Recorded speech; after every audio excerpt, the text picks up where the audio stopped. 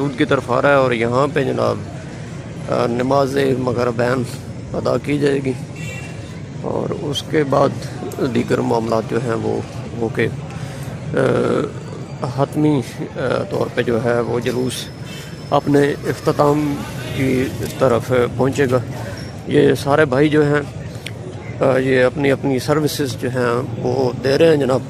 सारा दिन भी इन्होंने अपनी अपनी सर्विसेज जो हैं वो दी हैं और अब भी फाइनल अपनी सर्विसेज देने के बाद ये अपने घरों की तरफ जाएंगे। इधर से भी बंद है रोड और इधर से भी आगे रोड बंद है। ओके जी, बाकी कुछ हम आपको मामला दिन के दिखाते हैं और फाइनली अल्ताफ़ नवीद को इजाज़त दें। अल्लाह ने के बाद पाकिस्तान जिंदाबाद, हुसैन इब्ने अली जिंदाबाद, जिंदाबाद जिंदाबाद पाइंदाबाद।